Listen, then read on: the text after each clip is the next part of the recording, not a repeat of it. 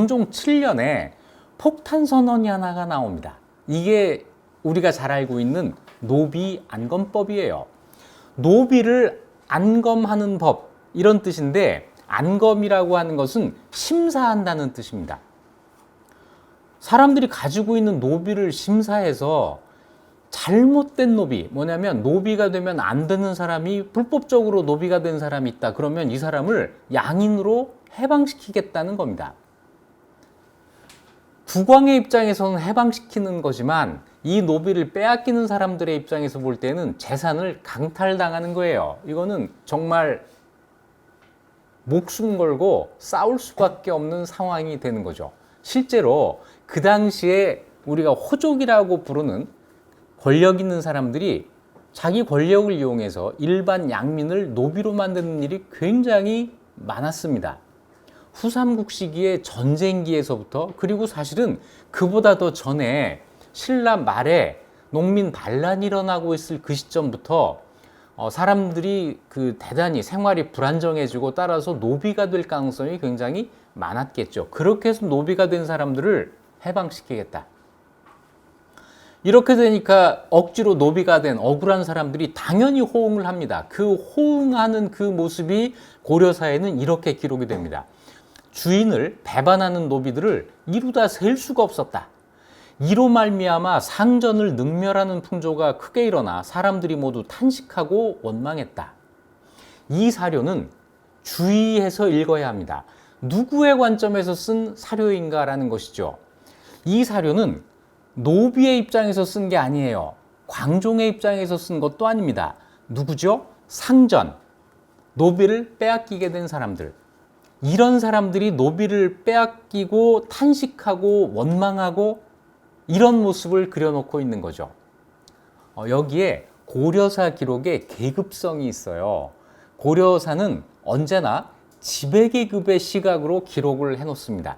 그래서 어떤 대목은 거꾸로 뒤집어서 읽어야 할 필요가 있는 거죠. 자, 이걸 뒤집어 읽으면 어떻게 되는 거죠? 억울하게 억지로 노비가 됐던 사람들이 광종의 이 법으로 인해서 신분을 되돌릴 수 있었다. 이것이 당하는 쪽에서는 상전을 능멸한다고 비춰졌겠지만 그 노비들의 입장에서 볼 때는 사실은 노비도 아니에요. 원래 양인이었던 사람들이니까 이 사람들의 입장에서 볼 때는 당연한 행동을 한 거죠. 불법을 저지른 사람이 탄식하고 원망한다고 하는데 그렇게 하게 하는 것이 정치를 잘하는 거죠. 그런데 이 문제는 단순히 호족들의 힘을 빼기 위해서 그렇게 한 것이다. 이렇게 정치적으로 설명하고 그만둘 문제가 아닙니다. 국왕은 국가를 책임지고 운영해야 되는 사람이에요. 국왕이 국왕으로서의 책임감을 갖는다면 당연히 억울하게 노비가 된 사람을 해방시켜야 하겠지만 그보다 더 중요한 건 뭐냐면 노비의 수를 줄이고 양인의 수를 늘리는 일입니다. 노비는 세금을 내지 않아요. 군대도 안 갑니다. 노비는 아무리 많아도 국가에는 도움이 되지 않아요. 노비 주인에게만 이익이 되는 거죠. 노비를 해방시켜서 양인을 만들어야만 이 사람들이 열심히 일해서 생산량의 일부를 세금으로 내기도 하고 군대에 가기도 하고 국가가 충실해질 수 있는 거니까 국왕으로서는 당연히 양인을 늘려야 되는 거예요. 사실은 태조도 그런 일을 한 적이 있습니다. 태조가 궁예를 몰아내고 왕이 된 바로 그 해에 어떤 일을 했냐면 내고의 돈, 그러니까 왕실의 돈으로 노비를 해방시켜요. 노비 1000명의 값을 치르고 원래 신분으로 해방시켰다. 이런 일도 있었습니다. 왕실에서는 국왕이라면 당연히 해야 될 일이고 이걸 광종도 한 거죠. 그런데 우리는 너무 이 노비 안검법을 왕권과 호족들의 권력의 문제로 좁혀서 생각하고 있는 것은 아닌지 한번 되돌아볼 필요가 있습니다. 자, 광종 7년에 노비 안검법을 단행합니다. 그리고 2년 뒤에는 더 센 게 나와요. 과거제도가 2년 뒤에 나옵니다. 과거제도는 관리를 뽑는데 시험을 치겠다고 하는 정말 뭐라고 하죠? 신박한 발상입니다. 우리는 과거제도의 말기적인 폐해라고 하는 걸 너무나 잘 알기 때문에 또 이런 학생들도 있어요. 이 광종이 과거제를 도입하는 바람에 우리가 지금 이렇게 억지로 공부를 하는 거야. 이런 생각을 하는 참 학생들도 있어요. 물론 다 이해를 합니다만 한번 뒤집어 놓고 생각해 보세요. 관리를 뽑는데 시험을 안 치면 어떻게 뽑죠? 집안 좋은 사람 뽑을까요? 그럼 금수저만 관리가 될 거 아니에요. 그렇죠? 사실은 통일신라까지만 해도 집안 좋은 사람이 다 관리가 됐습니다. 시험을 안 보니까 진골의 자식들은 다 관직에 오를 수 있고 육두품의 자식들도 다 관직에 오를 수 있고 오두품도 그럴 수 있고 자 그러면 그 안에 끼지 못한 사람은 어떻게 돼요? 죽어도 관리가 못 되잖아요. 누구의 눈으로 역사를 보시겠습니까?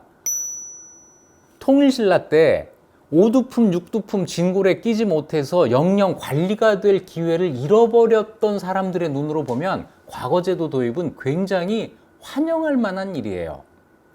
그렇죠? 그래서 과거제 도입은 우리 역사 속에서는 골품제를 폐지한 이후에 당연히 나와야 할 과거 선발의 대안입니다. 그리고 관리를 뽑는데 시험 보는 것만큼 더 공정한 방법은 없어요. 중국에서 도입된 제도이긴 하지만 이 제도를 받아들인 나라가 우리와 베트남과 두 나라. 그래서 중국, 우리, 베트남 세 나라가 과거 제도라고 하는 걸 시행을 해요. 우리는 고려에서 조선까지 1000년 동안 이 제도를 유지합니다. 고려 사람들이 과거 시행한 것을 얼마나 자랑스럽게 생각을 하냐면요. 우리는 한 번도 과거를 거르지 않았다. 예정되어 있던 과거가 전쟁이라든지 반란이라든지 뭐 이런 일로 자연재해 물론입니다만 이런 걸로 연기되거나 취소된 적이 한 번도 없어요. 심지어는 몽골과 전쟁을 한다고 해가지고 강화도에 들어가 있을 때도 강화도에서 과거는 계속 시행이 됐습니다. 과거를 통해서 많은 우수한 학자 관료들이 또 배출이 돼요.